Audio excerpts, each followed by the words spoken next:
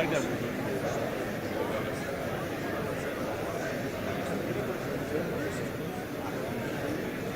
ты же работал, а ты нет, это понятно, да. А потом ты вернулся,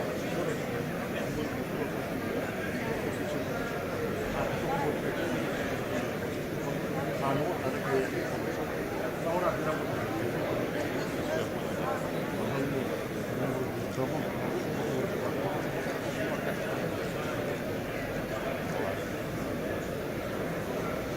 Я думаю, что, наверное, вообще как-то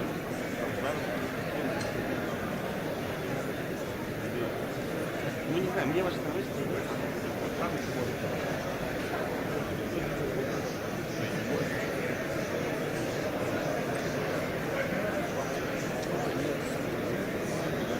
Я, короче, вообще на самом деле, я очень хочу людей,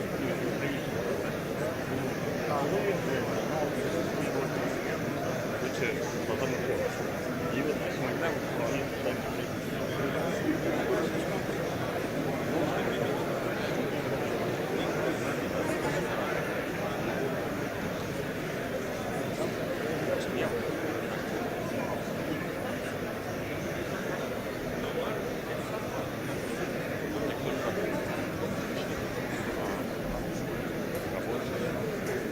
хорошо, слушай, так он ничего там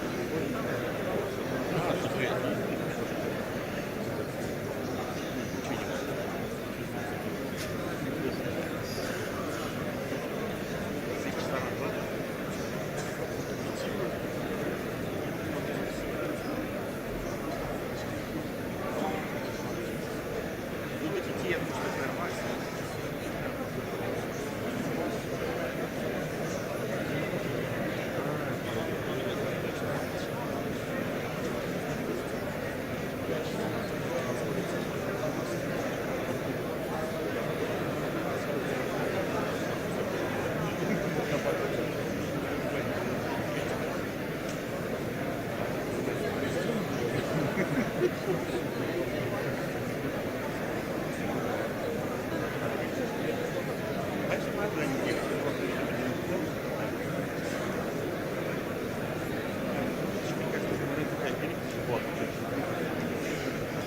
Вот я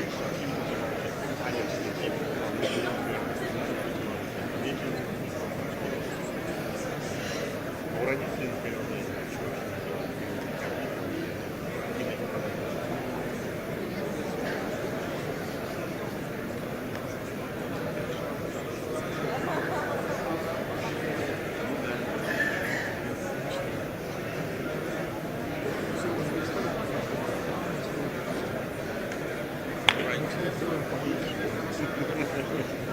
может быть так, кстати.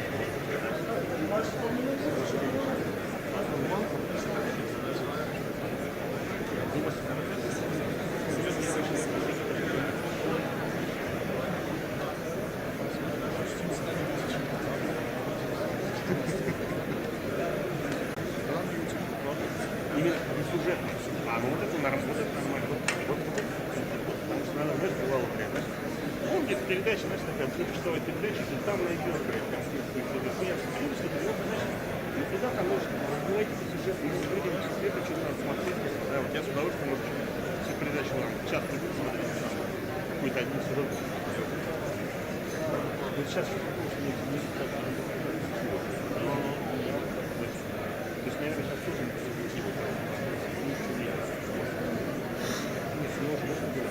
нормальный парк,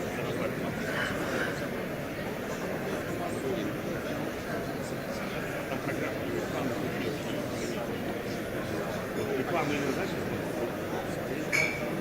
своей, да, что быть молодец, знаешь, летал.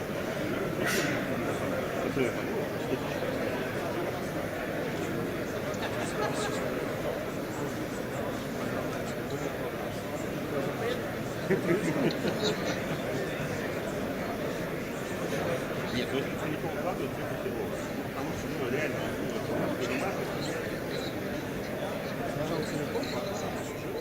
ну или хотя бы, знаешь, есть такой, типа, вот я на некоторых тоже смотрю, там это внизу, тайм-код.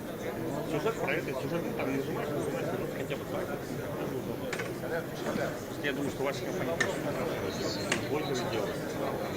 Количество человека в этом забивать.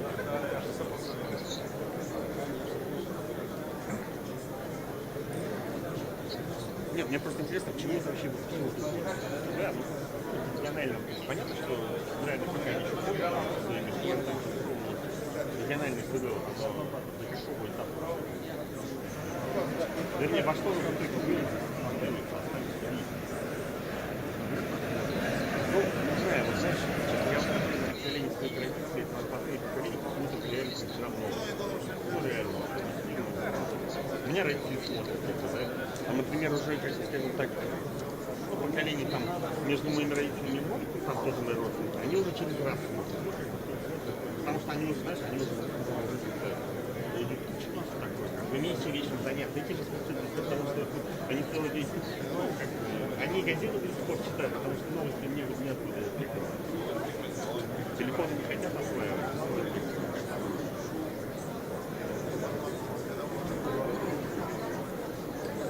Много народу, я что-то много.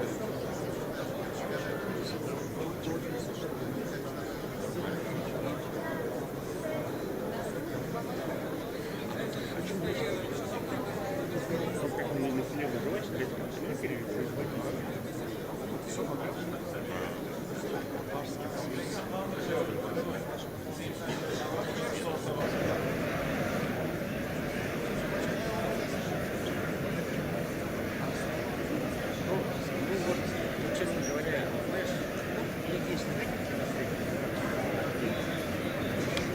Барыңыздың да телефондарын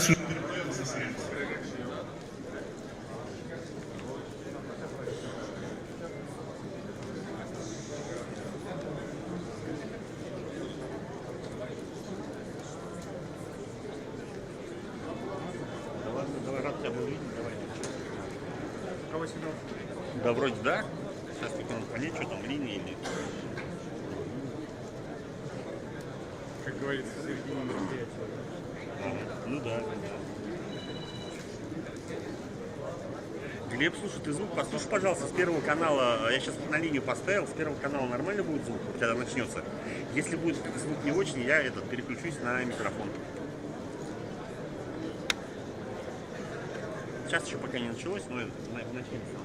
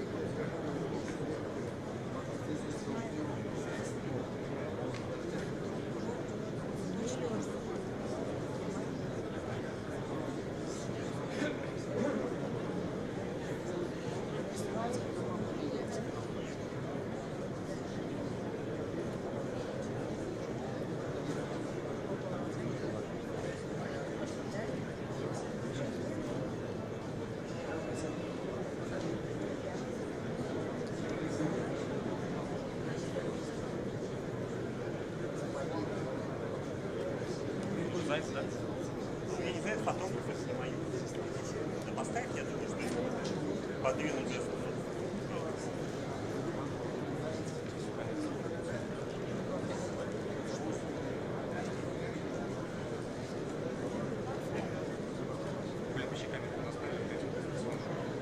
Нет, я вот могу брать, потому что это тоже мешает.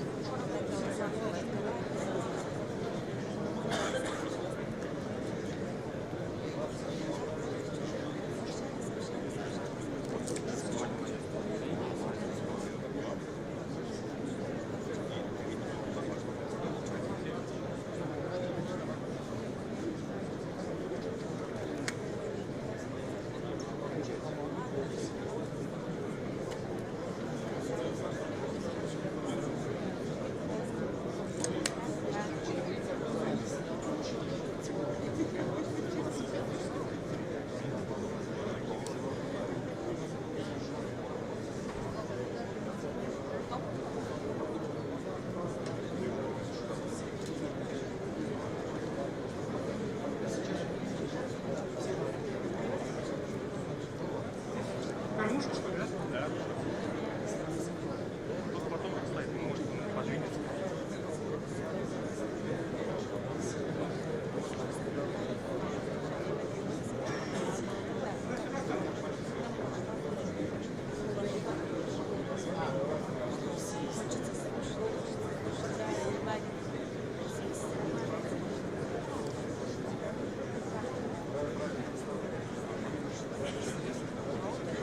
Словечко.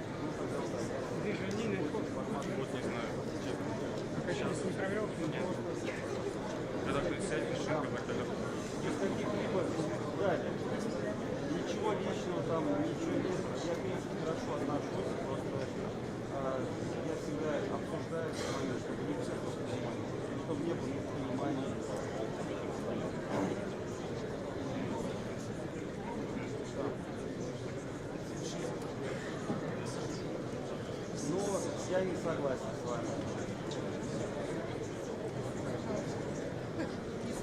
Ну, смотрите, да, я вас понял, вам...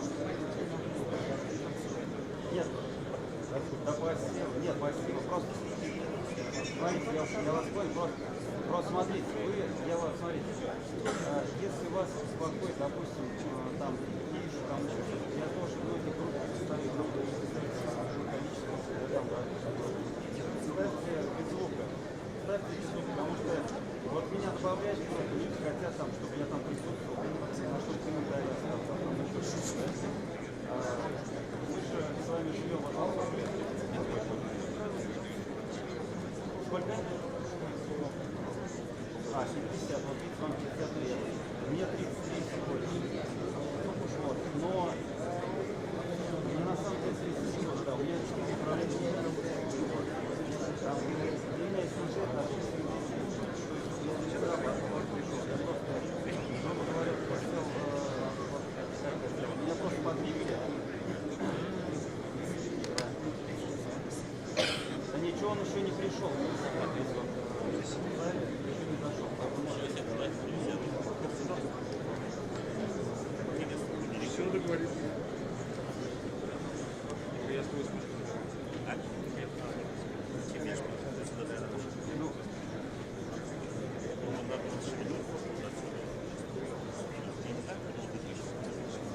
Но это люди, я понимаю вас, я тоже, вот, я все понимаю, люди, я делаю там песни.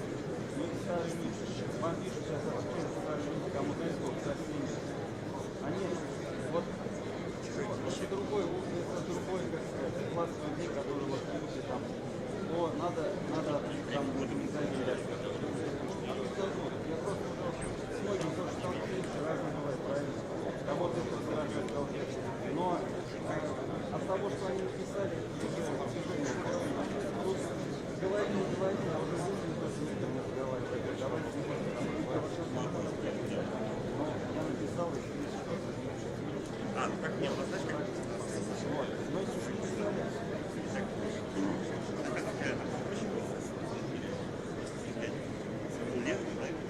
ну, конечно, нет, просто смотрите.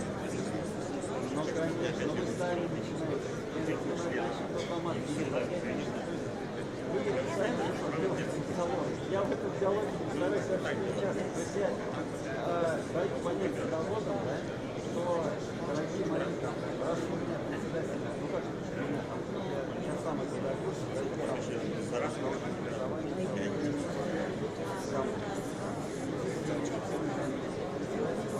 Не, у нас батл, у нас есть техника. то есть я сам, потому что меня, Я не просто хотел. потому что до этого Ну, они все равно ходили, чуть зарабатывали. я работаю. У меня вот работа позвонит. Вы, наверное, были там, да? Да, заметил.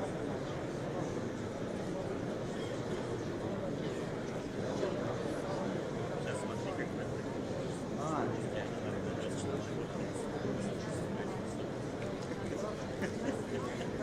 Представляешь, так? Мы решили за это. Ну, конечно, приехал, я еще, мне у нас не эфире будет как. И они, конечно, не надо, что это начинать. В ноябре, блядь, вот сразу решите, короче, когда вы все еще выходите. В ноябре. Группу играете. Ну, смотрите, вот я просто перебью.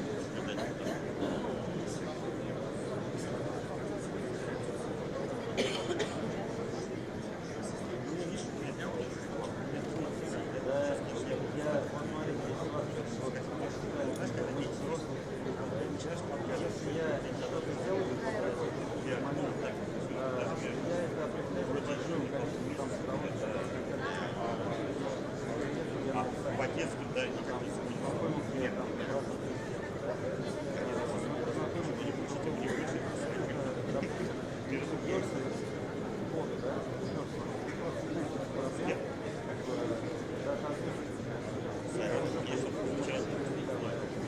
а здесь я различные образы,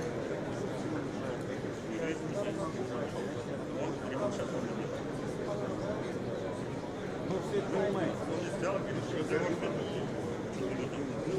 когда запасы ставят, я бы сказал так. Я им сказал, вы не спрашивайте, мне это не интересно.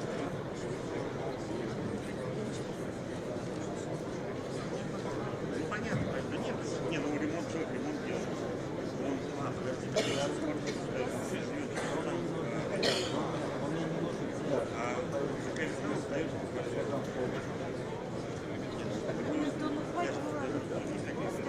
Я понял, я вас понял, но я вас просто... короче, все будут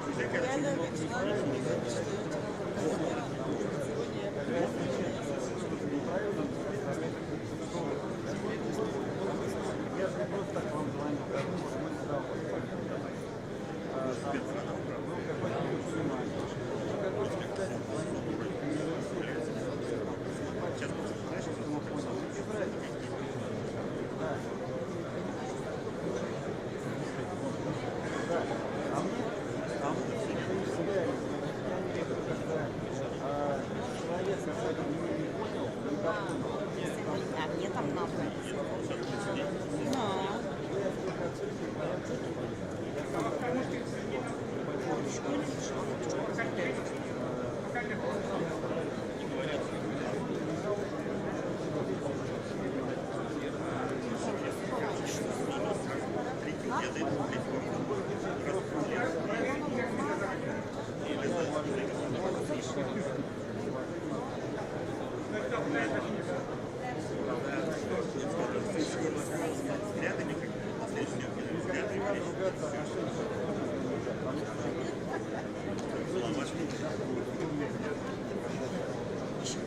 Поэтому я просто говорю, там,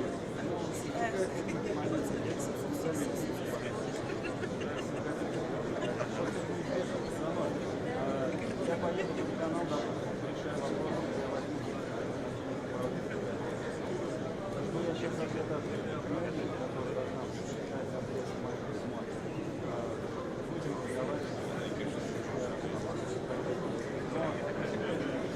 Момент такой.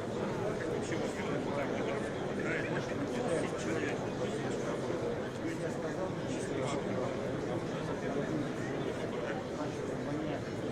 мне надо взять, если это невозможно, значит, мне надо взять.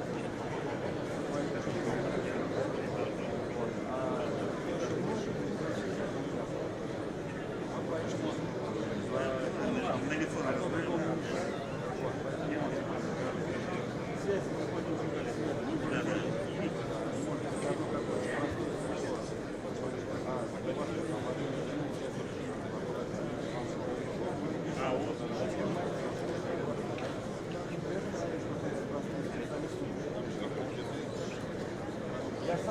Я сам просто работал.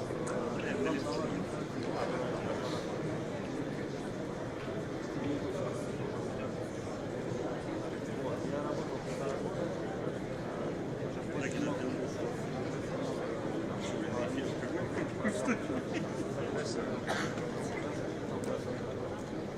Вот, но если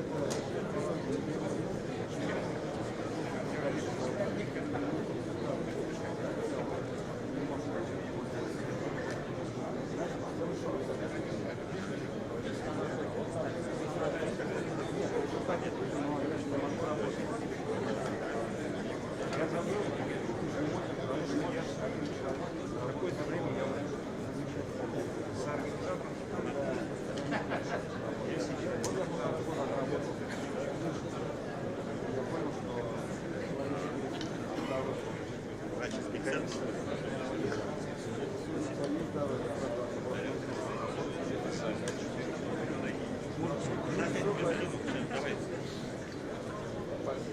Давай сразу. Поэтому просто я звонил всем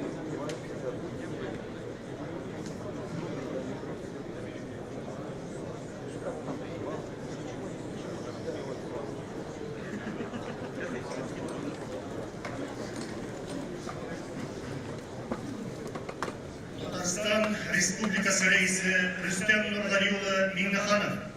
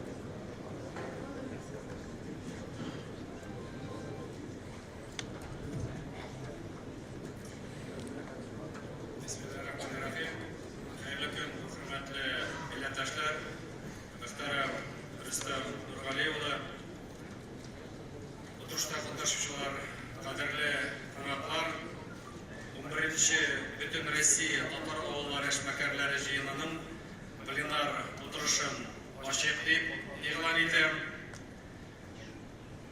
Быел без Рөстәм Нургали улы Миңнеханов хәйр-фатихасы белән башланып киткән бөтен Россия татар авыллары эшмәкәрләре җыеннарының 11-сен уздырабыз.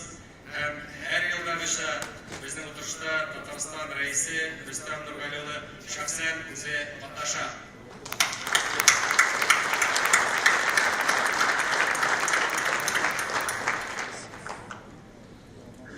Бүгенге утырышта Россия Федерациясының 47 төбәгеннән 5 чит илдән барлыгы 506 татар эшмәкәрләре катнаша. Гадәттәгечә инде иң зур делегация безнең Башкортстан Республикасыннан, иң өлкән делегатыбызга 78 яшь, ул Пенза өлкәсеннән, һәм иң яшенә 20 яшьлек егетебез Төмән өлкәсеннән килде.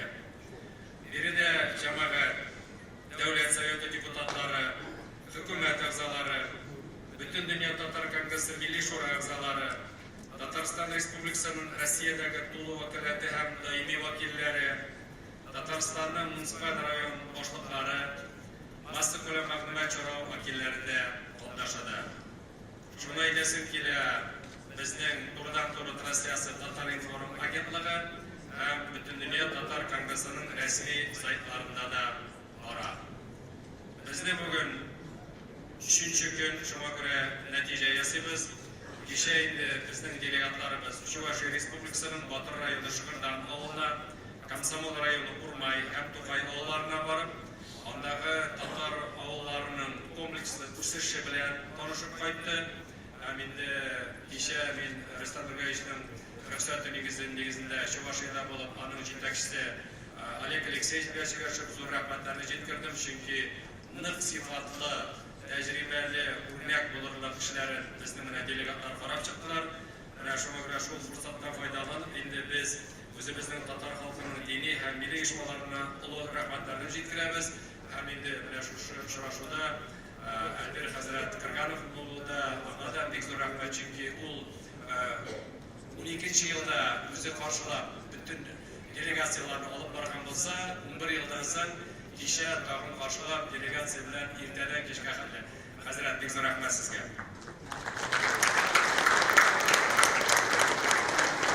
Шул вакытта инде җәмәгать кичә кич белән кайтып, безнең пилотыбыз, Россия герое Йосипов Дамир Касым улының каһарманлык адымнарына багышланган «На солнце доля рядов кукурузы» дигән нәфис фильмны карадык.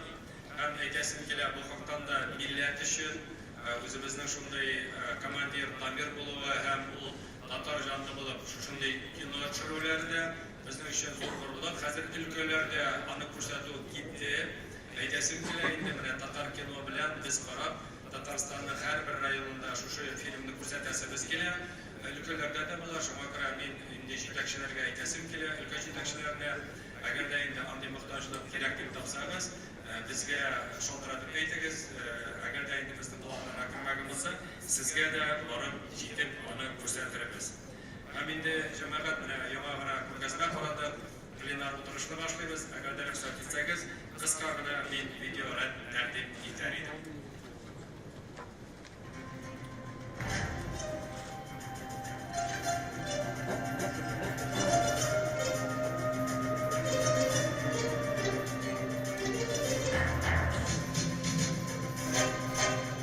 Беренче мәртәбә уздырабыз һәм илебезнең 47 төбәгеннән бүгенге көндә катнашучылар, татар авыллары эшмәкәрләре, җир кешеләре, эшли торган кешеләр.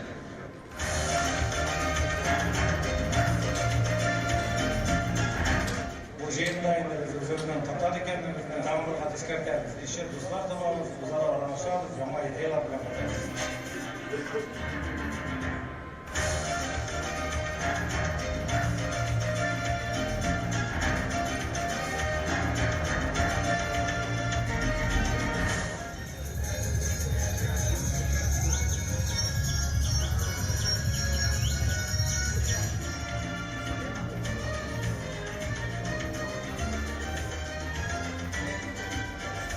кече бабаларыбыз жашаган, шулай жашарга тырышабыз, мәкалләребезне тыргызабыз.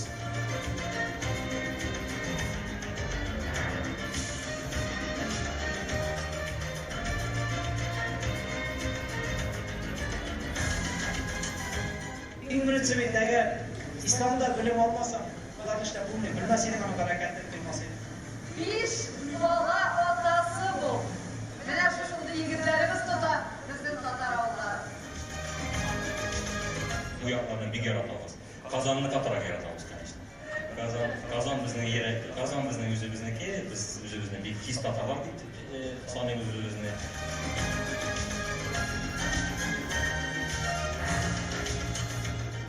Zor vurgulanıp ederiz.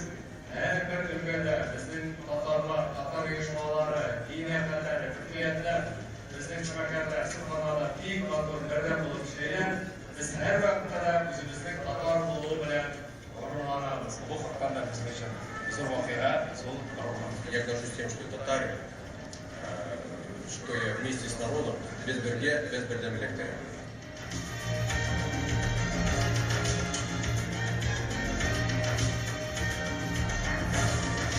Burada kelgan bizga foydali butun qarayga, butun bizning Stavropol qarayga. Shuning uchun bek zo'r rahmat Tataristonga. Menimcha, shunaqa bu yoshlar ishi. Ham yoshlar ishi bilan geçtim. Agar shu dunyoga yangi ideyalar, yangi produktlar, yangi uslublar bo'laymi?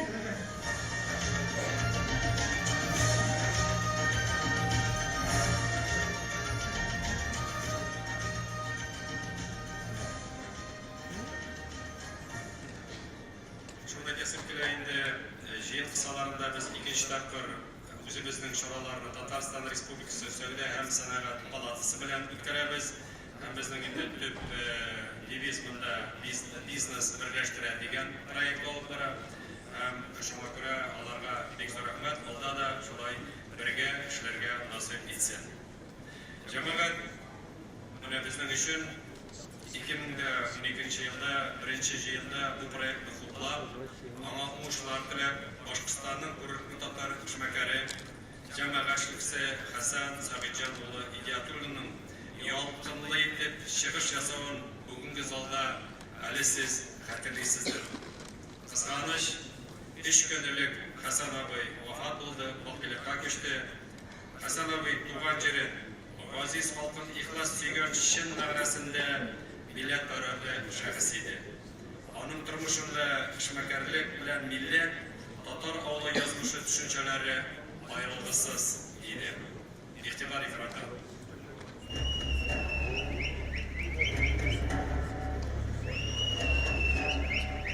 Он родился на коне, а в свои за 60 даст фору любому наезднику. Татарский фермер у себя на родине, в Башкортостане, не нуждается в отдельном представлении. Да и слава о нем давно уже не идет и не бежит, а скачет впереди него. Хасан Идиатуллин один из тех, кто в советские годы поднимал с колен самые безнадежные колхозы и совхозы. Ему доверяли обреченные на крах предприятия, которым он вдыхал новую жизнь.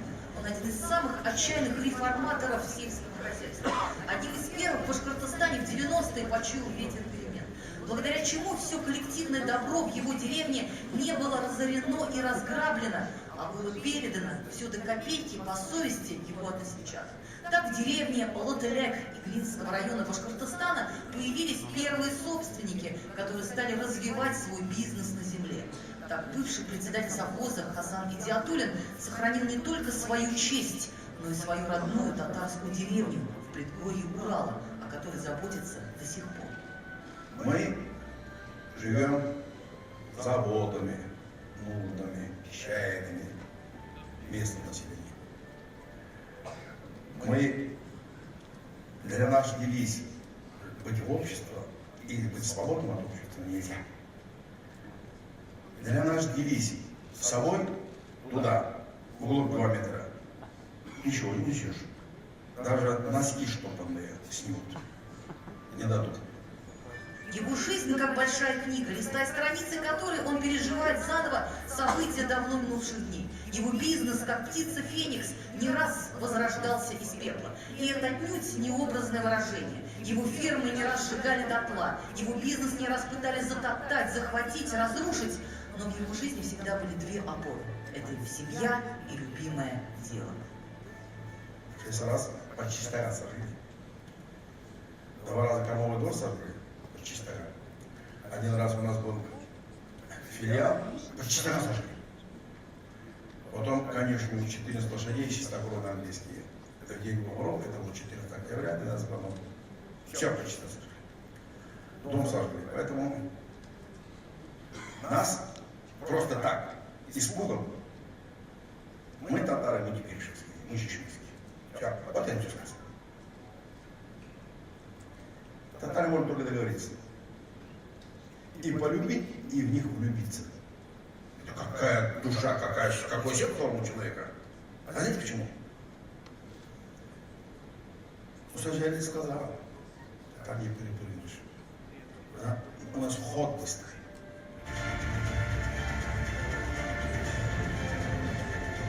Эту идею он вынашивал несколько лет, а реализовал без подготовки и репетиции буквально за 1 день. В этом и есть весь Хасан Идиатуллин. За ним невозможно угнаться, его невозможно обуздать. Со мной можно только договориться, говорит татарин, вставший на дыбы. Это его ответ Чемберлену. 1300 лошадей в едином порыве так показали решительное и бескомпромиссное слово своего вожака. И почему мы татары? Но, конечно, мы татары. Но больше, чем внимание, интерес, больше, чем опору на лошадей, больше, чем татар. Так мы и второе население в России. Кто еще все? Хасан Идиатуллин мечтает довести свой табун до 10 000 лошадей. И для него это отнюдь не прожект, а реальный замысел, в воплощении которого никто не сомневается. Ни добрый сосед, ни далекий брат. И для каждого из них он свой, татарин. Мы рожденные аграрии. На нас российской.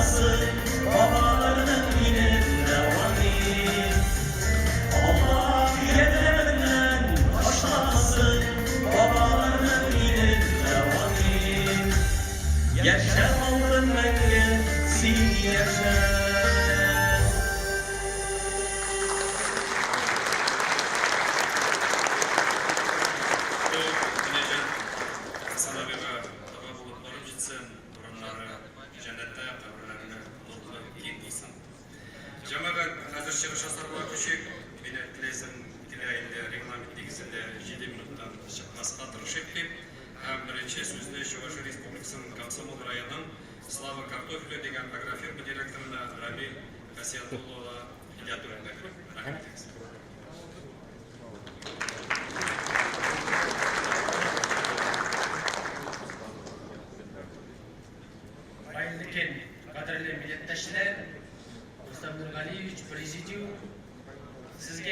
сәлем біздің Чувашстанымыздан.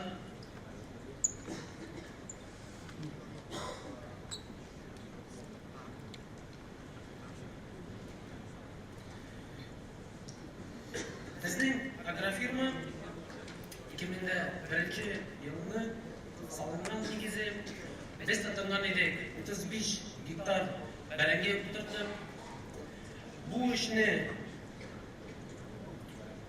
сапқа құйушы менің әтейім кәм аның досты Капитонов Александр Петрович. Бірінші жылларны мен мектептен қойғанда біз ғайла білен бірге жойылышып, башталған жылларны бәрінгені құл білен жүйайдек. Студент жылларында мен шында ек ташучы болып та ішледім. Университетті тамамлағаннан соң 2003 жылы мен ауылға қайттым кешілерге біздің ғайла компаниясыны. Бүгінгі күнде картофелю компаниясының тіркемінде 5000 гектар жер ішкертілі, оларының 700 гектар бәрәңге, 40 гектар açık грунт yeşilçesi, 3000 гектар біртіклі культуралар, 1200 гектар сидерал парчелер, һәм 60 гектар күп еллык білімнер. Яңа технологиялар белән җиһазландырылган сандычларда 28000 тонна саклый алабыз, шуларның 4000 тоннасы сакланышлар белән. Яңа технологиялар безгә диqqәтле булышам. Бәрәңге ырлыгын үстерү буенча федераль программада катнаша башладык без 2017 елдан башлап. Илебез буенча барлыгы 19 компания бүгенге көнне эшли һәм катнаша бу программада. Элегрәк 36 компания иде, без 19 калдык, шуның берсе без. Лабораторияда без 2017 елда лабораторияны ачтык. Анда фабрика үсемлекләреннән башлап 5 ел дәвамында бәрәңгене үстерәбез һәм элита классына хәлле җиткезәбез. Шуңа күрә без 2020 елны современный тепличный комплекс ясадык. Қазіргі күнде түрлі сортлар үстерәбез. Шуның төп мәгънәсе бу программада, федераль программада катнашуның ул безнең Россиядә чыгарылган сортлар үстерү. Шу сортлар сезнең күзаллыгызда ул сорт Гулливер, Метеор, Пламя, Самбо һәм Краса Мишера дигән сортлар. Әзірге вакытта компанияда безнең 230 кеше эшли. Шу кешеләр, эшмәкәрләр арасында безнең авылдашларыбыз да күп. Мин моны бик мөһим саныйм, чөнки авыл кешесенә эш урыны булдыру җиңел түгел. Безнең авылдашыбыз Ргаева Зайдулла дөрес әйткән иде. Эшмәкәрләре булмаган авылның бүгенгесе юк, мәктәбе булмаган киләчәге юк. Шөкер Аллага, бездә барысы да бар. Безнең авылыбыз шөкер Аллага алга бара. Без авыл халкы белән бергә кешеләр матур парклар, юллар салдык. Бүгенге көндә ясалып бетә балалар күләме мәчет каршысында агачлардан утыртырга калды. Безнең мәчет ишеге һәр вакыт ачык. Без халкыбыз белән тату, күңелле, иманлы яшибез. Бүгенге көннәрдә тулысынча җиргә балаларыбызга детский садиклар булырга тиеш. Мәктәбебез гөрләп эшли. Мәдрәсәбез бик каты күңелле ачык. Анда безнең балалар иман алалар, алар укыйлар, гарәп телләрен укып, язып, өйрәнәләр. Бик каты гөрле, матур яшибез. Минем шулай шул мәктәпләрдә детский садикларда, мәдрәсәләрдә балаларым укып йөри, 4 балам, 4-нче балам мәдрәсә булырга тиеш. Бик каты зур рәхмәт минем хатыныма. Шулай буларак, 3 бала әтисенең мине бер сорау борчый. Ул хәзер инде балаларның телефон тотып, башка телдә сөйләшеп йөрүче балалар безнең авылда да була башлады. Ә бит һәркемгә билгеле, ана теленә, үз халкына мәхәббәт кичен яшьтән башлана. Шуңа карата мин эшләвендә без эшлибез, шуңа карата мин уйлыйм, хатын белән дә уйлап, мин балаларыма бәрәкәт тоттырырга уйладым. Бәрәкәт ул нәрсә аңлата? Миңа әти кичкенәдән эшкә өйрәткән иде. Эш хезмәткәрен хөрмәт итәргә. Рәхмәт, Биката Рустам Нургалиевич, Василий Гаязович, шундай оешмаларны яшьләр өчен оештырган өчен без бик каты күңелле. Безнең Чувашстан Республикасының халкыннан, үзебез авыз халкыннан, гаиләбездән бик каты зур рәхмәт. Андый оештырулар безнең татарларга кая гына без булмасак, нинди генә төбәктә булмасак, нинди генә илдә яшәмәсәк, без бергә Татарстанда, Казанга бергә җыелып бик каты горурлбыз. Шуңа күрә татар телен, милли гарәп гадәтләрен, газиз телебезне саклап алырга кирәк. Бик каты зур рәхмәт.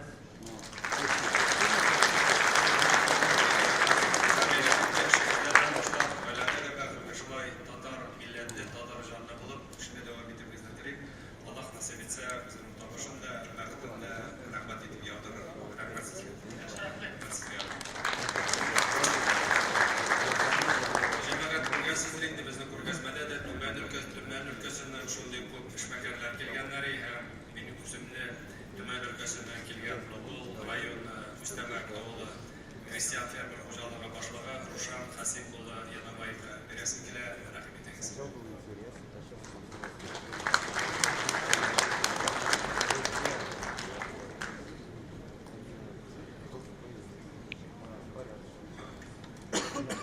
Сенсис Ринда Шушара, хөрмәтле Рустам Нургалиевич, хөрмәтле президиум, мин Себердә яшәүче татармын. Сәламлыйм сезне.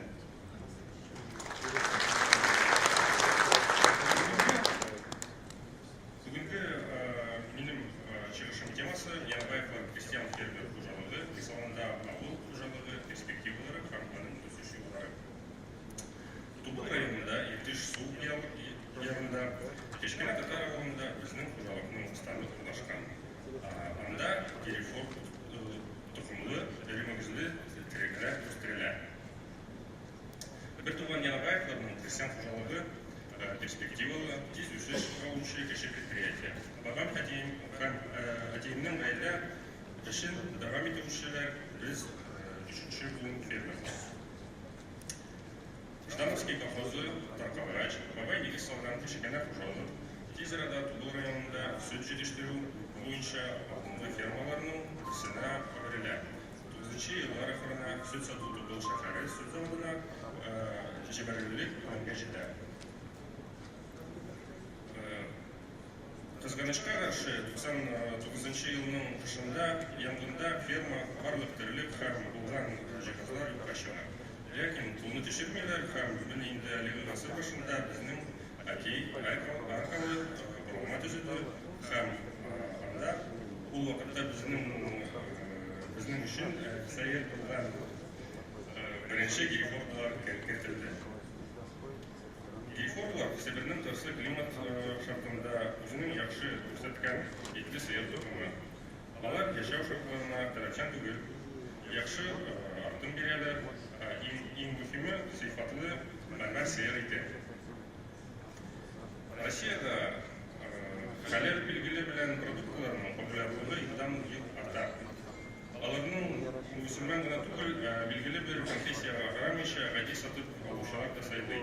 Безнең хуҗалыктагы ит, халят продуктларын нормаларына туры келә. Аның сату җәмәгать туклануы һәм безнең партнерларның ваклап сату нукталары аша башкарыла. Шулай без бозауларны үстерү һәм күчетү өчен сатабыз. Югары продуктлы гизләр яхшы үсеш интенсивлыгына авыр массага ия, шул ук вакытта көтүлектә тотылуга яхшы яратышканнар. Терлекләрне күчетү турында туры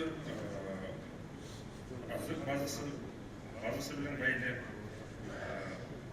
азык әзерләүнең бәйле салынган процессын запас булдырырга һәм күрше төбәкләрдәге башка хуҗалыкларның азык ихтыяҗының бер өлешен ябарга мөмкинлекләр.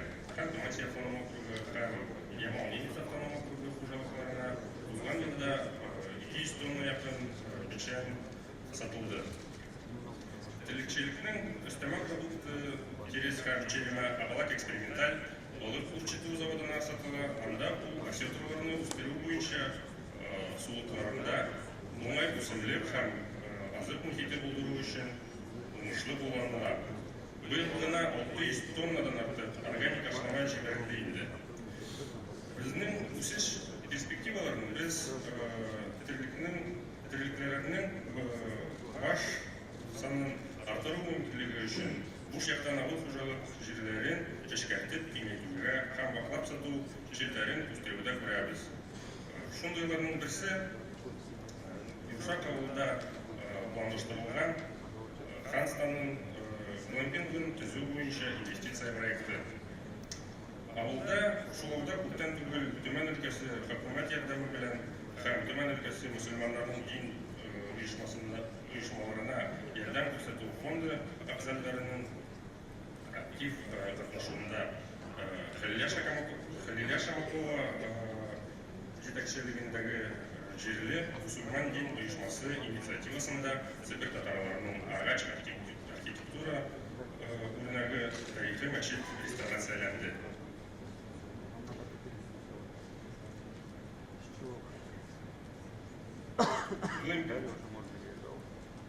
Кунакхана номерының уңайлылыгын табигатьтә ял итү мөмкинлеге белән берләштерелгән кемпингның бер төре. Анда бердәм татар стилендә башкарылган намаз йорты, музей, парковка урнаштыру планлаштырыла. Аның иң күренеклесе үзәктәге күпдән утравы.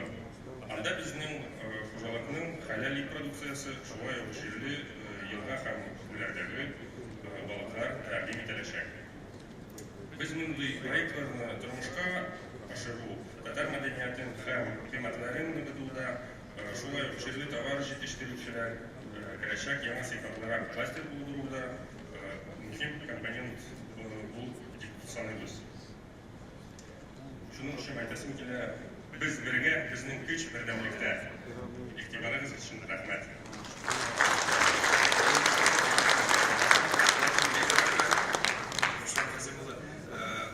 Залга әйтегез әле, сезнең гаиләдә күп балалар бар? Минем 2, абыйның 3. Рәхмәт сезгә.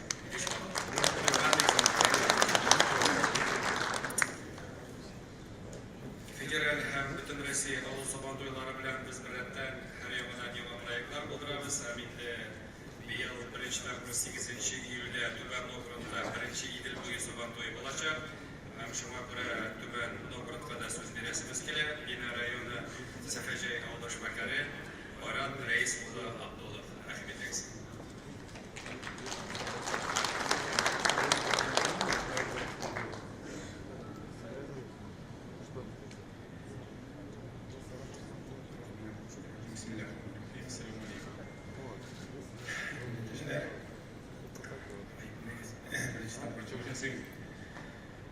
Min inде etkince yıllar ve yetkili rayonu Safacayı yegeti ağında doğmuştuk.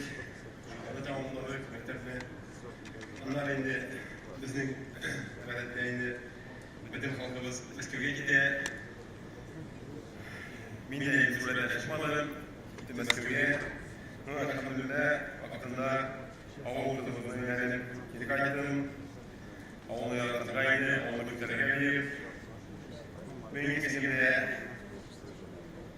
bunda yedi bala çağırlar Cumhuriyet Ülkeyi Ahmet, Amin, Adil, Amine, Azizan, sizge dur selam.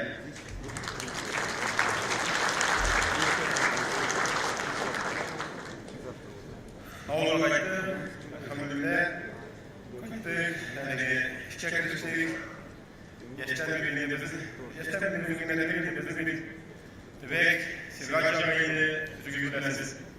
Kasılı günde damlatıkan yapılar, Sirgaç kasasını, Ötefalı günde İcra kasası, Şuan günde emniyeydi, Maltuğan uçtu, kasılar tutulur, Sturukala katıda gittik. Yaş vakıtlarına şimdi işleyen çapta, biraz Ramazan katılıp, işte yanı bugün yayınladık, biraz okul var dedi. Şu an göre 2 yıllık, 2 kardeşimle birge medresede okudum, yürüdük, birge sanatlarımız, atma sayın, yıllık, faydabeli inisiyatif hukuk başladık. İlk 2 kardeşimizden biri çirekte, Kubi, Sıman, başlayıp gittik, bir Ramazan liniyası. Biz işimiz beynimizde bilme, mantığı, sıkışmak, peremes narsalarını bilmeden gayri kavramlara karşısında bunun işimiz bilme çevresinin çalınan olarak zoparat alanı bildiğinden aparatı ilgi konusuna kadar çıkartacağını ağoldan diye işin kuştukuzuzge sonları elege patınla vatandaşlar inşallah Allah yardımlarını yatırırsınız ilk gülerine çıkararak sizin dualarla benim kesinlikle benim relimde son meskelerinde birbirine logistika meskelerinde son bilgiyle atlasına ateşli maşinayı annenin üzerinde spesiyal bir maşina aldık meskeleri uzun atlaşarak şu ayda güven oluruz gelsi sözünlükeye İrek avullar, ayırlar, hem de iyiydi. Benim kesimlerde, uzmanlıklarda, tanıtıklıya baktığında, hem de avrakatlarda, kazanlarda, tartışmalar, elini sırakını rahatlığı geçirmeliydi. Anında başıma bakalım. Şolay, avumuz, zuhur elhamdülillah, nureki yamanlarından da biraz içeri indi. Nureki kesimde tüp, elini gayelerini, tüp olanlar gayeler, alhamdülillah, eşeriflere bağlı, müşkere bağlı, mülküflere bağlı, alhamdülillah, mülküsü.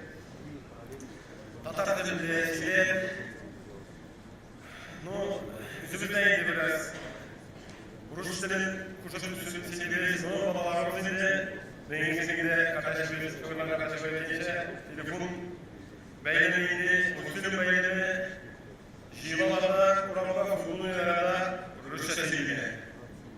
Kayak olsa oralar, şıramız deyip, Jivalar olsalar, efendiki tıtalara, Rus'a vaktine vergilerini veriyorlar. Şu vakıta jivalar dedik.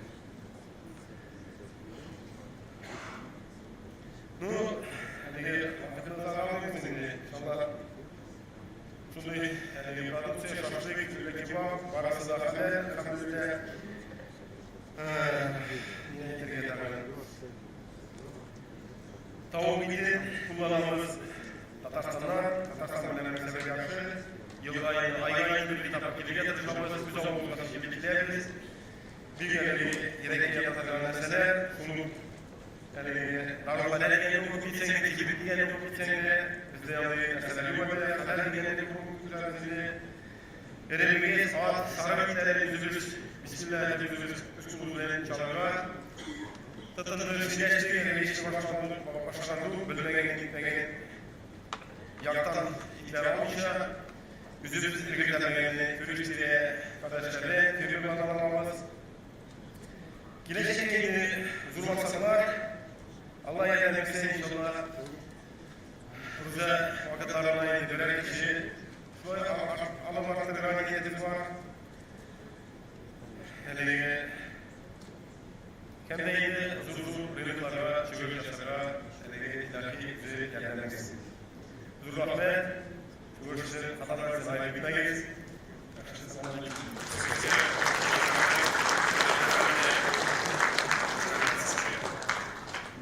Әйтәсеңдә бүгенге Форсайт иделгә кечтен безнең 27 майда аштырганда федераль сабан тоелды. 8 июльдә Түбән Новгородта идел буе сабан тое дигәндә идел арасында безнең 15 субъект утыра. Һәм 26 субъектның ялгалары иделгә җыела. Шуңа субъект җыелып, анда да безнең милләттәшләребезгә рәхмәт әйтеп, бик матур сабан үткәрәбез дип ишарә итәбез. Хәзер инде җәмәгать без әйтәбез, Пермь крае дигәндә Суханова Орда районында да 2 елга 100 ел була, шушы 100 ел саларында анда федераль сабан үткәрәбез. Бик тырышып эшләр әзерлек итүдә бара, шуңа хәзер мин сүзем Пермь крае Орда районының шәхси шәкәре Физия Шәриф кызы Акбаровка бирәсез икән, рәхмәт бирәсез.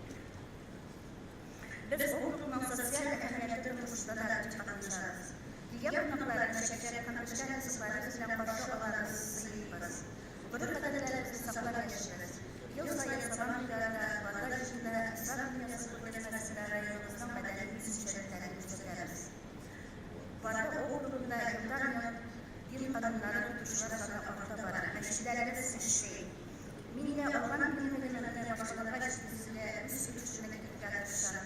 Бардым шикелле уйлатып торам. Хәрби операциядә катнашучылар өчен гуманитар ярдәм җыюлары җитә калмады. Без хатын-кызлар чүкә башлап билсезләр азык-төлек җылы эскиемче фронтка җибәрәбез. Иреклекләребезнең яклаучыларыбызның каефен күтәрергә тырышабыз. Мәчетләребездә алар өчен дәгъваларыбыз.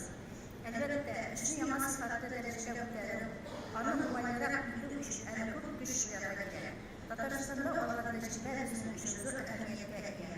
Бу безгә тагын тырышып эшләп өчен көч дәрәп бирә. Делегация рәисенә, республика җитәкчеләренә, әлеге җыелышны оештыручыларга зур рәхмәт белдерәм. 2024 елда 100 еллыгын билгеләп үтәчәк Барлык округында бөтен Россия авылсалары узачак. Сезне Рөстәм Нургалиулы һәм билле катнашкан милләттәшләребезне сабан бәйрәмебездә көтеп калабыз.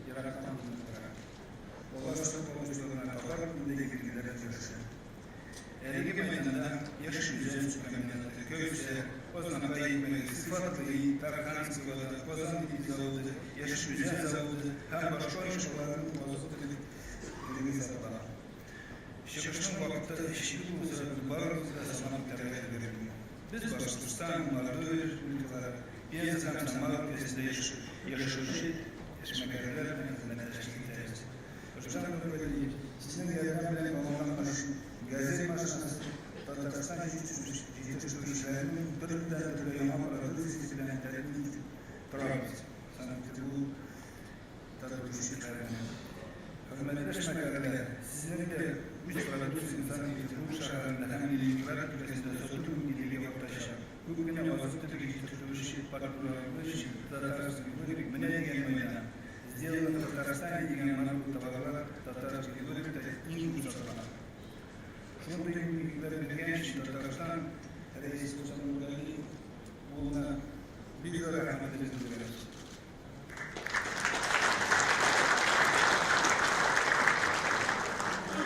Что такое елитаризмде?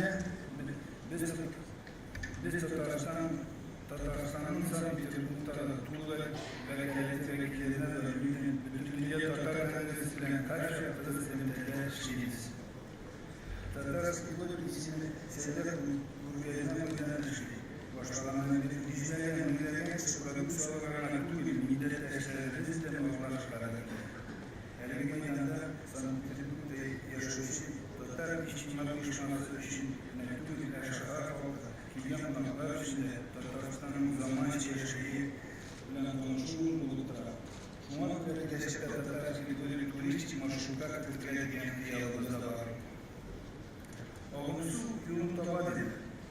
Tam bir yanalı, bunun direttiği başkalarında Tataristan'ın oluşlar diyalogu stansiyasında ekonomik Tatarist'in böyle kişiler bulundu.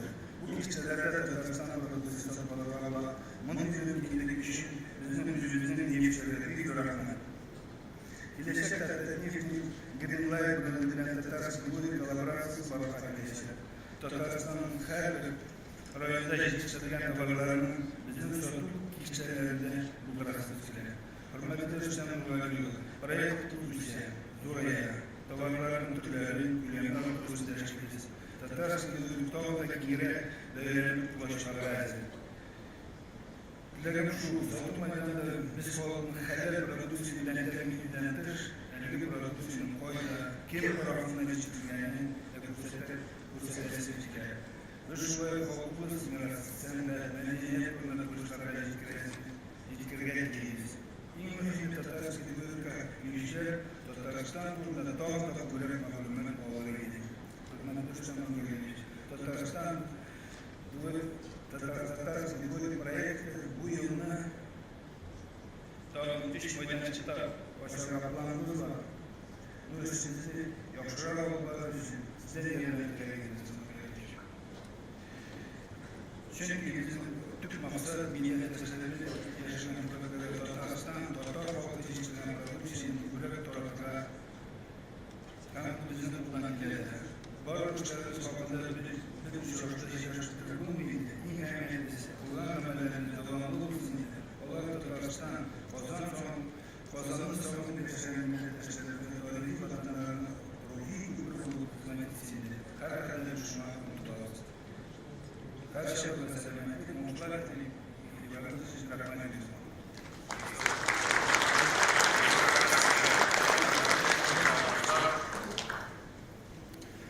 Hürmetli millətdaşlar, indi biz hər vaxtda da özümüzün brendlərini Tatar bazı edirik. Мен indi bütün kelgan millətdaşlarımızdan, Müslim rayonundan, Başkırstandan kelgan bizning şemakarlarga rahmat aytasiz kerak, chunki ular indi bu oz temasini negizida ko'tarishdilar. Ham oz bu millat uchun bir qaraganda qo'shiqlar bizning simvolda, har vaqtda parlamentlarlar bağlı pozlar bile gidiyor ama ide toplanan fazla bütün sebepler şuna göre rakamlarla dikkatle bu tür biz şunday madde üstünde fazla mesutkarlık buna gösterdik ki bizning Türkiye Tataristan'ın her bir rayonunda şunday fazla mesutkarlık rayonun üstünde final yasarak bütün ilgilenenlerden kim fazla şöyle alanını jiyor hem de dekabrda her şehirde fazla yardımlar yasak Allah'a kadar yardım etsek nega derken Tataristan'da bugün günde 1 milyon tapaz, Başkırstan'da 2 milyon tapaz, bazı muhtaç seviyesi ilgilenmek şuna göre 6 milyardan artık su degen eytirli bulaydı bu şemakerlik negizinde эшне. Шуңа күрә менә шушының үзенең Каз өлкәсендәге проектларда эшләүләрне казна тотулар буенча Башкортстаннан Туймазы районына килгән кунагыбыз Индира Абузар кызына бирәсе килә. Рәхим итегез.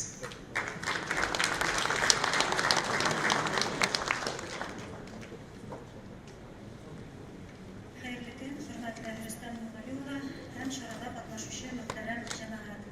Бүген сезнең арада булуыма Аллаһыма чиксез рәхмәтемне белдерәм. Сүзем татар халкының тормыш көнкүрешендә зур урын алып торган Каз, ягъни Каз мәсьәләсе турында. Агымдагы ел Татарстан рәисе тарафыннан милли гореф-гадәтләр һәм традицияләрне саклау елы дип игълан ителде. Инде бөтен дөнья татар конгрессы тарафыннан 2023 ел Татарстаннар елы дип игълан ителде. Бу милләтебезнең ата-бабалардан калган гореф-гадәтләренә йөзләгән хуруын күрсәтә һәм дә киләчәгебезнең ышанычлы булуына өмет уята. Каз белән татарның тормыш юлы һәр вакыт бергә үрелеп барган һәм аларны бер-берсеннән аерып карау мөмкин дә түгел. Халкыбызда Каз гомер-гомергә бик дәрәҗәле затлы кыш булган.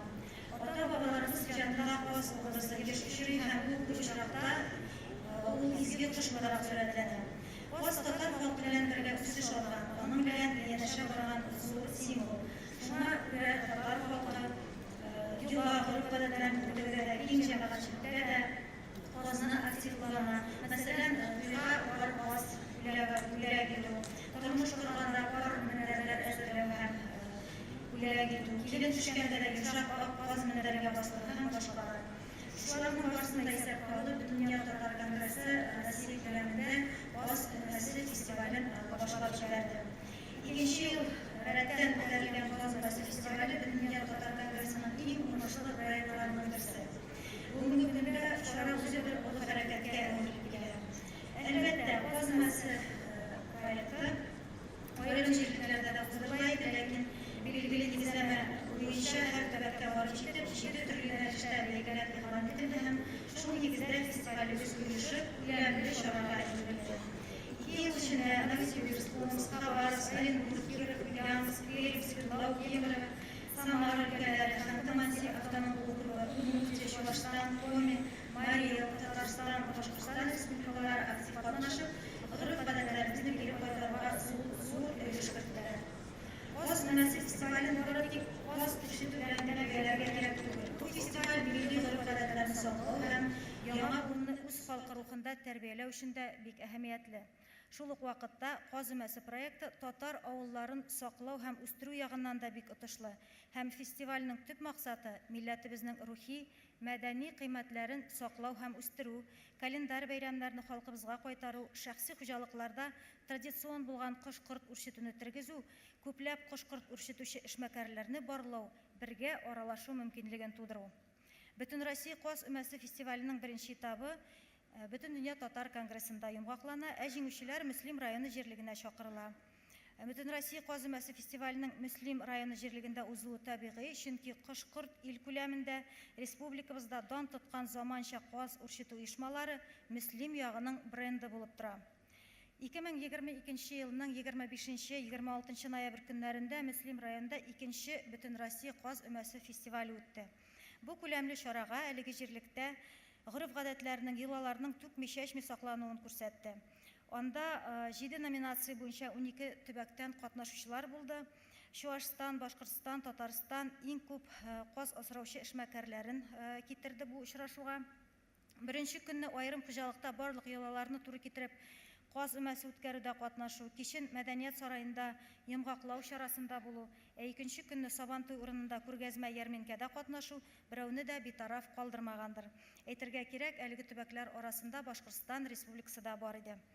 Башкортстанда иҗтимагый татар хатын-кызлары берләшмәсе Ак Калфак 2 ел рәттән бу фестивальгә актив кушылып, район һәм авылларда Каз өлкәсе йолалары дигән чаралар уздырды һәм Мөслимдә узган фестивальдә Чишмә, Уфа һәм Шаран районыннан җиңүчеләр катнашты. Һәрбер районның үзенчәлекле йолалары фильмнар итеп төшерелде. Шуның нәтиҗәсендә әлеге бәйгедә катнашучылар тагын да артты. Башкортстанда Каз өлкәсе йолаларын уздыру нәтиҗәсендә татар халкының бихисап онытылып барган йолалары тергезелде. Чара Башкортстанның Чишмә, Илеш, Бакалы, Уфа, Дүртөйле районнарында аеруча матур узды. Каз өмәсе үткәрү үзе бер дәрәҗә, ул кешенең юмартлыгын, киң күңеллелеген күрсәтә. Шуңа күрә өмәне кемнең йортында үткәрергә дигән сорау бер кайчанда тумый. Күпләп каз асраучы гаиләләр үзләре үк чакырып тора. Әлеге чарага балаларны да чакырып, каз өмәсенә бәйле халкыбызның күркәм гореф-гадәтләре, матур йолалары, җыр һәм биюләре, уеннары белән таныштыралар.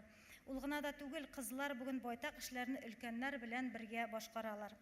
Күп җирләрдә каз асрау гаилә бизнесы да, әби-бабай, әти-әни, балалар, ягъни 3 буын хәрәкәте дә күзәтелә. Каз белән бәйле чаралар ел буена дәвам иттерелә. Гыйнвар айында каз итеннән пешерелгән татар халык ашларына өстенлек бирелде. Казанның Туган авылым комплексында фестивальдә җиңүче ашчылар Оренбург өлкәсенең Перевалут районы Чесноковка авылыннан каз аяк башларыннан татарның зур бәлешен пешерү буенча, Татарстанның Саба районыннан каз муены тутыру буенча осталар килеп, Казанның аш-су әзерләү институтларыннан килгән студентларга һәм рестораннан килгән пешекчеләргә өйрәтү дәресләре үткәрделәр. Бу эшне дәвам итеп, февраль айында Мөслим җирлегендә рәссамнар җыелып, этнопленэр үткәрде һәм 50-гә якын каз темасын яктырткан картиналар язып калдырды. Март айында татар мамык мендәрләре дигән бәйгегә йомгак ясалу татар мамык мендәре брендын барлыкка китерде. Сез бүген күргәзмәдә аларның барысы белән дә якыннан таныша алдыгыз. Бөтендөнья татар конгрессы бу юнәлештә бик уңышлы эшләр башлап җибәрде. Каз өмәсе фестивале Сабантуйдан кала татар милләтенең егәрлеге ягыннан икенче зур проектка әйләнеп килә. Халкыбызның карашлары Татарстанга төбәлгән. Бу һәрбер уңай күренешләрне күзәтеп, сеңдереп, үз өлкәләребездә шул юнәлешне җәелдерергә тырышабыз. Безнең гаиләдә дә ел сайын каз үстерелә, бу безнең керем чыганагы да. Хөрмәтле Рөстәм Нургалиевич, каз өмәсе фестивален елда Татарстанның һәрбер районында, шулай ук төбәкләрдә үткәреп, финалын Кабат Мөслимдә, Кояшлы Ык елгасы буенда йомгаклауда һәм татарның мәркәзе Казанда һәм Татарстанның һәрбер районында яңа ел алдыннан каз ярминкәләре, аерым каз ярминкәләре оештыру бик отышлы булыр иде. Татар казы брендын җәелдерү, татарның мәркәзе Казаннан башланса, бу эшнең куәте дә, бәрәкәте дә булыр иде. Чөнки милләт мәсьәләсендә вак эшләр юк, һәрберсе көндәлек тормышта кирәк. Игътибарыгыз өчен рәхмәт. Бик зур рәхмәт, Индира ханым. Эшләрегездә, тормышыгызда уңышлар. Хөрмәтле милләттәшләр, без ел башын һәр вакытта да 8 федераль округта нәтиҗәләр ясап эшне башлап җибәрәбез һәм планнарны карыйбыз. Менә без быел Ставрополь краенда булдык, анда инде Барханчак татар авылында һәм сүзне хәзер аның Ставрополь крае бәйрәм татар мәдәни үзәгенең рәисе Рөстәм Бари улы Хамитовка бирәсем килә. Рәхим итегез.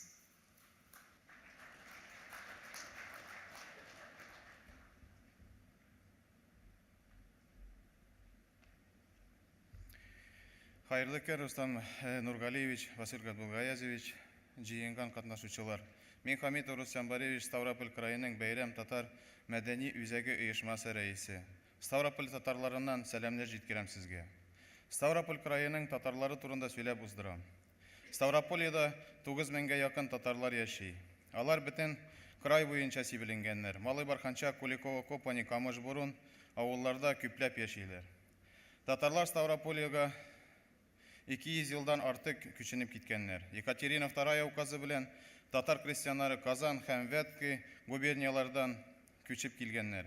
Яңа җирләрдә татарлар быдай һәм арпа үстергәннәр. Эре мал һәм сарык асраганнар. Безнең халык әлегә кадәр шулай шул эшне алып бара. Ставропольдә татарлар яшәгән авылларда хәзер күп фермерлар. 2020 елда эре инвестор белән аренда договорлары беткәннән бирле безнең кешеләребез ул җирләрдә үзләре эшләп торалар. Ставрополь краеның баш специалификациясе растениеводство. Аның күбесе быдай һәм арпа үстерәләр. Шулай ук Ставрополь крае Россиядә сарык һәм кәҗә ите җитеше буенча 3нче урында бара. Ставрополь краеның чәчү мәйданнары 3 миллион гектар. Крайның экономикасы үсешенә башка халык белән татарлар да үзенең өлешен китерәләр. Татарлар күчеп киткәненә 100 елдан артык булсалар да, татар халык телен, мәдәниятен, гәриф-гадәтләрен саклап кына яшиләр. Безнең бәйрәм татар мәдәният үзәге 2016 елдан эшләп башлады. Без крайда иң зур татар авылы Малый Барханчакта татар йорты мини-музей ясап, татар костюмнарын тегеп, ел сайын Ставрополь краеның националь подворьесына выставкаларында, шулай ук та районда да катнашабыз. Малый Барханчакта 2 балалар хореографиясе коллективы бар, Йылдыз һәм Бәйрәм. Алар татар биюләрен рәнәләр. Безнең кызлар күп тапкыры международный, всероссийский конкурсларда җиңүчеләр булып кайттылар. Балаларыбыз татар йырларында рәнә. Бер генә дә мероприятие татар йырларсыз һәм биюләрсез бездә узмый. Безнең коллективларыбызны халкыбыз ярата, юбилейларга һәм бәйрәмнәргә чакыралар. Мәктәбездә татар телен укыту битәр, мәдәният йортында урнашкан татар мәдәнияте кабинетында татар телен рәневи түгәрәге эшли. Халкыбызның әдәтен саклар өчен, халкыбызның төп сабантуен уздырабыз без. Шулай да уздырабыз җәй вакытында аланнарның да сабантуен. Ел сайын безнең үзәк Мәүлид бәйрәмен үткәрә, Рамазан, Корбан, Яңгыр бәйрәмен дә үткәрергә булышалар. Хан елны бөтен дөнья татар конгрессының оештырган чараларда, татар диктанты акциясында, Җәлил укуларында, шулай ук Шүрәле солдат альбомы, Минең авылым, Шәҗәрә конкурсларында да катнашабыз. Безнең үзәктә катнашучылар актив волонтерында эшен алып баралар. Мәчет төзелешкә дә ярдәм итәләр, пенсионерларга да булышалар. Махсус хәрби операциясы башлангач, гуманитар ярдәм җыю пункты ачтык. Безнең территориядан мобилизованный һәр кешегә киемнәр һәм кирәкле әйберләрен дә алдык. Хәзер дә без аларга булышабыз посылкалар ибәреп. Зур горурланып әйтеп уздырам, безнең авылыбыздан 16 егет махсус хәрби операциясында катнаша. Аларны Алла диеп көтеп торабыз авылга. Авылыбызның кешеләрен генә түгел, бөтен край татарларына тагын да җан кертеп ебәргән бер эш турында сөйлим. Бөтенегез беләсез, бөтен дөнья татар конгрессы ел сайын январь-февраль айында федераль округында татар мәдәни оешмалары белән очрашу уздыра. Аның уздыру очрашу ел сайын алышына урынлары. Быел чират безгә килеп җитте. 15 февральдә безнең крайда Татарстан Республикасы премьер-министры урынбасары, бөтен дөнья татар конгрессының милли шура рәисе Васил Габдулгаязов Шахразиев Төньяк Кавказ һәм Көньяк федераль округында татар активы белән очрашты. Оннан артык субъект татар оешмалары делегациялары Барханчакка җыелды. Җыелышу алнысында Васил Габдулгаязович Ставрополь краеның губернаторы белән Владимир Владимиров белән очрашты. Һәм анага күп еллар безнең бурыч сорауларны җиткерде. Губернатор Барханчак мәдәният йортын капиталь ремонтка һәм край сабантуен үткәрергә вәгъдә бирде. Инде Аллага шөкер без кузгалды. Район башы мәдәният йортын ремонтка сметаны исәпләве һәм экспертизаны уздыру өчен тендер үткәрде. Без быел 13 майда Дагестан һәм Ростовда узган Көньяк сабантуйны уздырырга үзебезгә тырышабыз. Аны үткәрергә безнең ярдәм итүе өчен Татарстан Яшел Үзән районыннан белешкән ишетеп бик киңәндек. Көньяк сабантуйга Төньяк Кавказ һәм Көньяк федераль округына бар да җирләреннән дусларны, кунакларны көтәбез. Сезне дә бәйрәмгә чакырабыз. Бөгенге көндә Барханчак урта мәктәбенә Советлар Союзы герое яраткан Җәлил Муса Җәлилне исемен бирүгә буенча эш алып барабыз. Киләчәктә мәктәп алнысына геройның бюстен куерга да хыялланабыз. Татарлар оешмалары җыеннан соң 2 атна да үтмәде, бөтен дөнья татар конгрессыннан мәктәбебезгә интерактив такта килеп җитте. Балалардан бик зур рәхмәт сезгә. Татарстан Республикасының рәисенең Барханчакта салына торган мәчетебезгә булышырга җыенганын хәбәр ишеткәч, Барханчак халыгы шатланып, киңәнеп, Татарстаныбыз өчен горурланып кабул итте. Бөтен авылыбыз халкы сезнең өчен һәм Татарстаныбыз өчен дуга кылды. Яхшы теләкләр тели. Бик зур рәхмәт сезгә, Рустам Нургалиевич.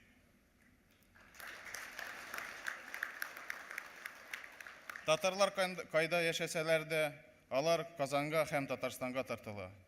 Кайгыда да, шатлыкта да сезне якка гына карый. Безне онытмаганыгыз өчен бик зур рәхмәт сезгә. Бітті сау болыңыз, рахмет. Бейзі рахмет, Рөстәм әфәнде, ішігізде оңышлар, шулай матур бірден болған үшін бик зур рахмет. Хөрмәтле милләттәшләр, мин башта әйткәнем инде 5 илдән безнең делегатлар монда бар. Афганистан Ислам Республикасыннан, Польшадан, Кытай Халык Республикасыннан, Берләшелгән Эмиратлардан һәм Үзбәкстан Республикасыннан. Әгәр дә сез рөхсәт итсәгез, инде җыенны йомгаклар алдыннан сүзне Үзбәкстан Республикасы делегация башлыгы Ташкент өлкәсе хакимы урынбасары Нәҗмиддин Хаҗа Шәһрән улына бирер идем. Рәхим итегез.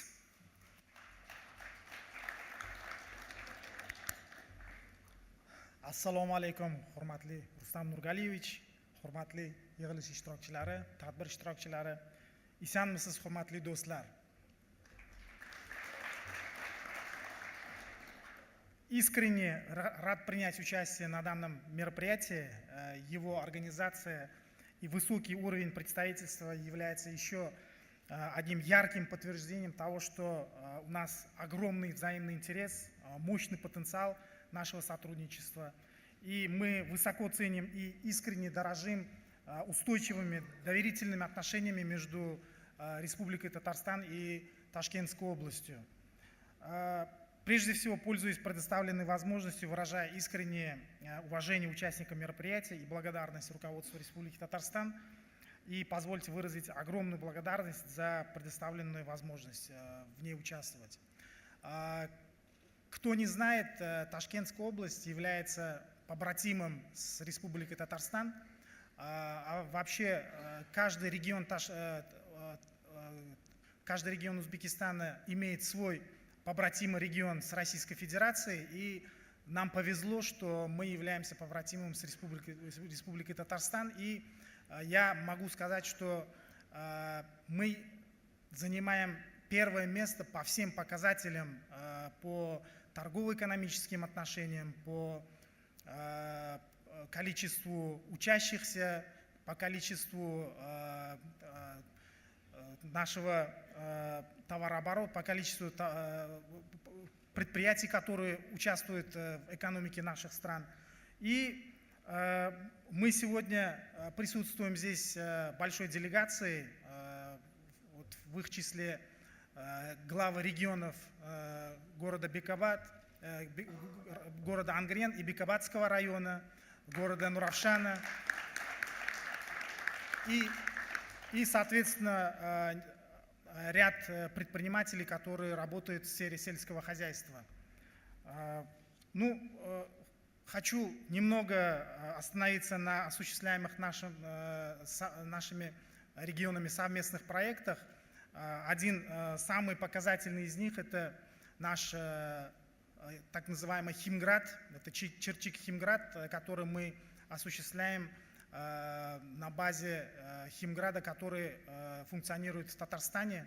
Мы прям вот скопировали всю вот эту работающую успешную систему, мы назвали ее Черчик Химград, и за 1 год, за очень короткий период времени мы уже разместили в этой экономической зоне 14 больших проектов на общую сумму $200 миллионов. И отрадно, что из этих 14 предприятий, 8 из них — это именно татарстанские компании. Кроме того, у нас есть много проектов, например, в сфере хлопковой промышленности. Как вы знаете, все-таки Узбекистан — это аграрная страна. Ташкентская область имеет очень большую площадь по посеву хлопковых видов продукции, хлопка и производства хлопковых видов продукции. И, соответственно, совместно с татарстанской компанией мы сейчас осуществляем проект на общую сумму $80 миллионов. Мы уже успели начать первый и второй этап, и мы освоили уже около $40 миллионов, и до конца этого года мы планируем освоить еще $40 миллионов. Также мы тесно работаем с компанией Татнефть. Как вы знаете, у нас Татнефть реализует ряд проектов не только в сфере нефтегазовой сфере, но и в сфере производства резинотехнической продукции, Мы работаем с компанией, с брендовой компанией Кукмара, это всем известно, все мы любим эту компанию. Тоже предприятие строит большой завод на нашей территории. Вот. Но кроме таких экономических проектов мы работаем и еще в сфере образования. За короткий срок было достигнуты договора между Казанским государственным аграрным университетом и Казанской государственной академией ветеринарной медицины имени Баумана и нашим Ташкентским аграрным университетом были, значит, налажены программы обучения в бакалавре и магистратуре, на основе которого мы можем, значит, выдавать двойной диплом. С 1 сентября 2021 года мы уже приняли первых студентов, и мы планируем, что второй и последующие годы эти студенты будут обучаться в Татарстанском университете. С другой стороны, мы реализуем и множество проектов здесь, в Татарстане, один из которых это оптово-распределительный центр в городе Казани. Это очень грандиозный проект, и, надеюсь, при реализации этого проекта мы объединим торговые отношения не только с Узбекистаном, но и другие наши азиатские республики, но и европейские страны. Мы плотно работаем с торгово-промышленной палатой Республики Татарстан. Огромная благодарность Марату Камчичу, он постоянно у нас в Ташкенте, мы у него здесь, он нас объединяет наши предприятия. Вот. И огромная благодарность Агееву, тоже поддерживает нас. С надеждой на улучшение нашего сотрудничества хочу сказать огромное спасибо всем тем, кто сегодня здесь, и пожелать всем удачи и надежды на лучшее совместное будущее. Спасибо большое. Рахмат, Бигзор Нажбиддин Хаджа Шахратулла. Хөрмәтле милләттәшләр, менә әйтәсем килә, безнең утырышта шулай бүген бердәм булып, менә беренче җитәкчебез Индус Ризак шутыра, аннары Риназ Зенурич, безнең аксакалларга басыгыз әле, әйдәгез әле, ныклап кул чабыйк әле. Бигзор рахмат, исәнлек, саулык, безне һәр вакытта шулай куандырып торыгыз. Хөрмәтле милләттәшләр, безнең чыгыш ясаучылар список нигезендә тәмамладык. Хәзер инде сүзне зур ихтирам белән үзебезнең рәисебез Рөстәм Нургали улына бирәсебез килә. Рәхим итегез.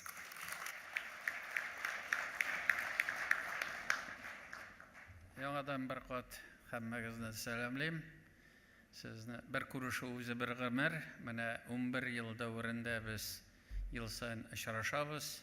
3 көн дәврендә сез нинди үзгәрешләр бар, үзегездә нинди үзгәрешләр бар, аралашабыз, фикер, уңай фикерләрне бүтәннәргә җиткергә тырышабыз. Әлбәттә, глобализация чорында безгә бергә булырга кирәк.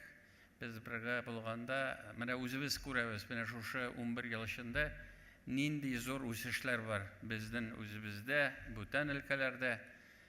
Бернинде куркынычлык юк, татар халкы югалыр, телебез югалыр, динебез югалыр дигән бернинди кайгы юк. Менә сезне күргәч ничектер күңелләр күтәрелә, илебез гөрләп тора, безнең татар халкы бу Россия илендә үзен матур итеп күрсәтә. Сезгә һәммәгезгә дә зур рәхмәтләр.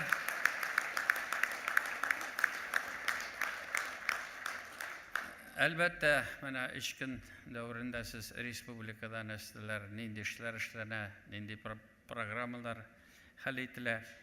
Әлбәттә, без үзебезнең җитешкән, җитешмәгән әйберләрне күрсәтер өчен генә түгел, без сездән бик күп үрнәк алабыз. Менә һәммәгез монда килгән чыгыш ясаган иптәшләр, алар барсы да үз кешеләре белә нинди зур бизнес гына бару түгел, сезнең һәммәгездә дә үзегезнең татарлыгыгызны сакларга, шушы безнең гореф-гадәтләребезне киләчәк буыннарга җиткергә, менә сезгә шуның өчен һәммәгезгә зур рәхмәт. Менә шундый булыгыз киләчәктә дә. Әлбәттә, безнең тарафтан, шулай килеп чыкты инде, Казан бөтен татарлар өчен кала. Без бик шат сезне күрергә, бүтән өлкәләргә барганда без очрашырга тырышабыз. Ниндидер сезнең сораулар ниләр булган чакта конгресс аша мин үземнең кайбер очрашу вакытында ул әйберләрне нитәм. Аннан соң бу федераль сабантуй, авыл сабантуйлары алар күрсәтә безнең көчебезне. Республикадан киләбез, менә үзегез сез бик күп көч куясыз.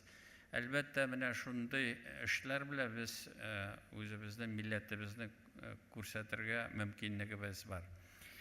Бүген сезнең 3нче көн инде сезнең монда булып, күп кенә вакытлар, күп кенә ниләр күрдегез, аралаштыгыз. Безнең һәммәгезгә дә рәхмәт әйтеп, бүген бүләкләр бирәсем килә. Шуңа күрә тагын бер кат һәммәгезгә дә рәхмәт. Сезнең рөхсәт белән һәр бүләкләр тапшырабыз. Рәхмәт сезгә.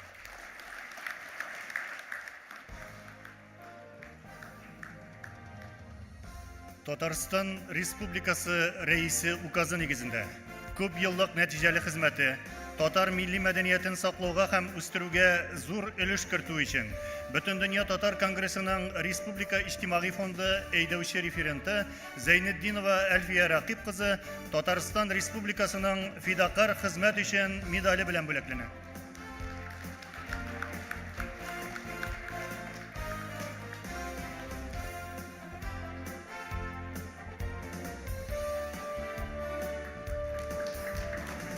Милләтләр арасында татулыкны һәм тынычлыкны ныгытуга, татар милли мәдәниятен саклауга һәм үстерүгә зур өлеш кертүләре өчен Татарстан автономияле Совет Социалистик Республикасы төзүгә 100 ел медале белән бүләкләнәләр.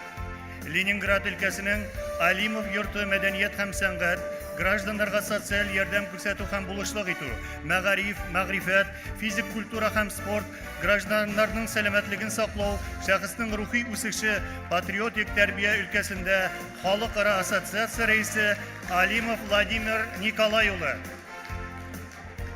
Башкортстан Республикасының ресурс энергоэффектив проектлар ябык акционерлык җәмгыятенең гомуми мәсьәләләр буенча директоры Дәүләтшин Әмир Захретдин улы.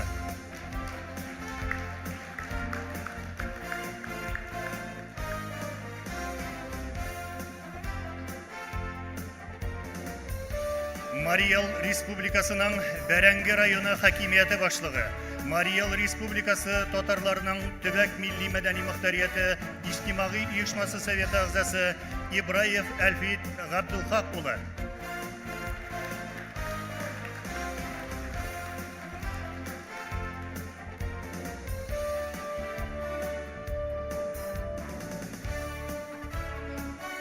Башкортстан Республикасының юрист хукук агентлыгы җаваплылыгы шикләнгән җәмгыять директоры Ихсанов Илсур Фәнил улы.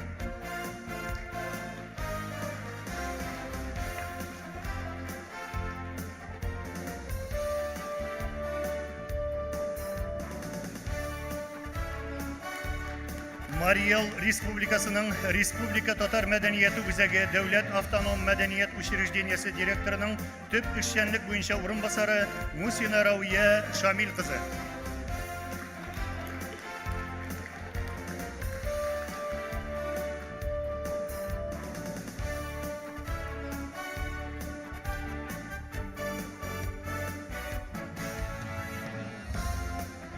Театр сәнгатен үстерүгә өлеш кертү өчен Мирхәйдәр Фәйзи исемендәге Оренбург дәүләт татар драма театры Дәүләт автоном мәдәният учреждениесенең драма артисты Рахматуллин Марсил Сөләйман улына Татарстан Республикасының ат казанган артисты дигән мактаулы исем бирелде.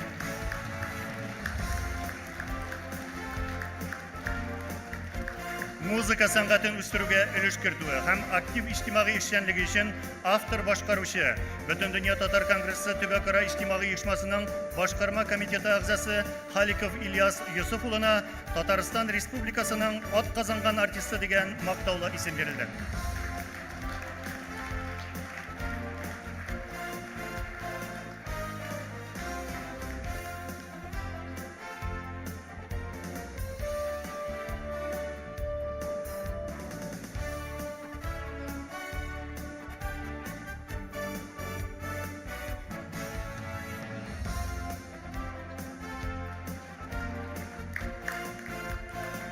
татар милли мәдәниятен саклауга һәм үстерүгә зур өлеш кертү өчен Башкортстан Республикасы Гүздәк районы Таулар авылы мәдәният йортының сәнгать җитәкчесе, Төмәнәк татар иҗтимагый тарихи мәдәни үзәге җирле иҗтимагый оешмасы әгъзасы Газизова Әлфия Миңнур кызына Татарстан Республикасының атказанган мәдәният хезмәткәре дигән мактаулы исем бирелде.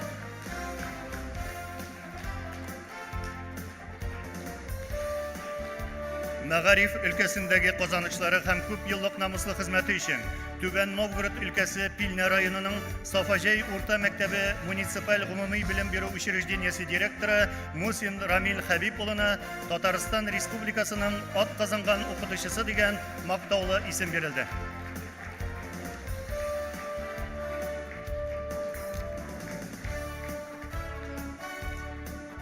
Татарстан Республикасы рәисенең буйрыгы нигезендә милләтләр арасында татулыкны һәм тынычлыкны ныгытуга, татар милли мәдәниятен саклауга һәм үстерүгә өлеш кертүләре өчен Татарстан Республикасы рәисенең рәхмәте белдерелә. Пенза өлкәсе татар милли мәдәни мөхтәрияте төбәк иҗтимагый оешмасының президиум әгъзасы Абдрашитов Таһир Равил улына, Ульяновск өлкәсе татар милли мәдәни мөхтәрияте төбәк иҗтимагый оешмасы башкарма комитеты әгъзасы, Вязово-Гайский авыл хуҗалыгы җитештерү кооперативы җитәкчесе Курмакаев Фәрит Абдулкабир улына,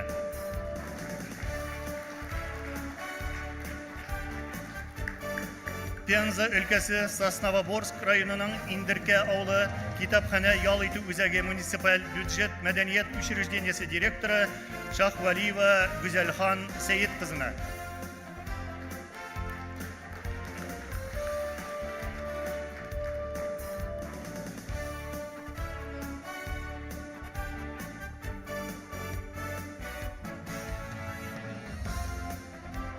Чувашия Республикасы мөселманнары Диния идарәсе үзәкләштерелгән дини оешма әгъзасы, Агроспутник авыл хуҗалыгы куллану җитештерү кооперативы җитәкчесе Шәмсетдинов Җәмил Әмир улына,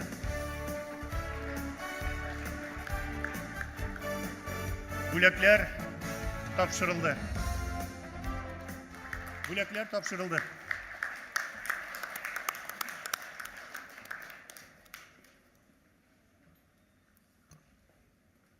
Hürmetli millettaşlar, halktan da muhterem Rüstem Nurgül'e aytdı.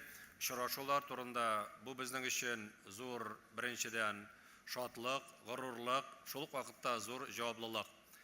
Qaysigina ulguga borsak da, nindigina ilga borsak da bizning eng birinchi şuraşular bizning tatarlar bilan boshlanib ketdi.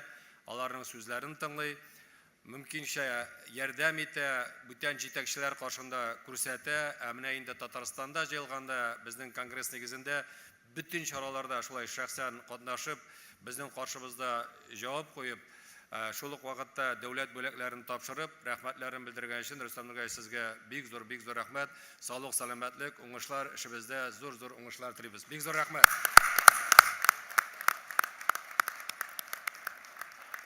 Кадерле милләттәшләр, шуның белән инде безнең 11-нче Бөтен Россия татар авыллары эшмәкәрләре җыелының пленар утырышы тәмамланып килә.